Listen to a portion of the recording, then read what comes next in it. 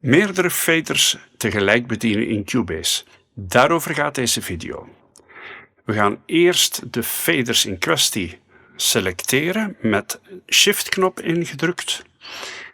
En dan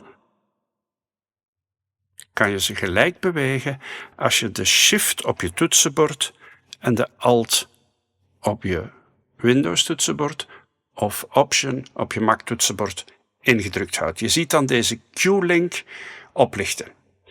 Faders bewegen. Je kan om het even welke fader van de groep dan aanduiden.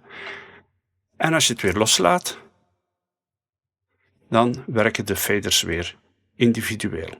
Je kan natuurlijk ook deze knop Q-link aanzetten voor de geselecteerde faders en dan gebeurt hetzelfde. Trouwens, gebeurt ook zo met de pan-instellingen. Tot ziens op een nieuwe qTip van MusiCube Sound&Service.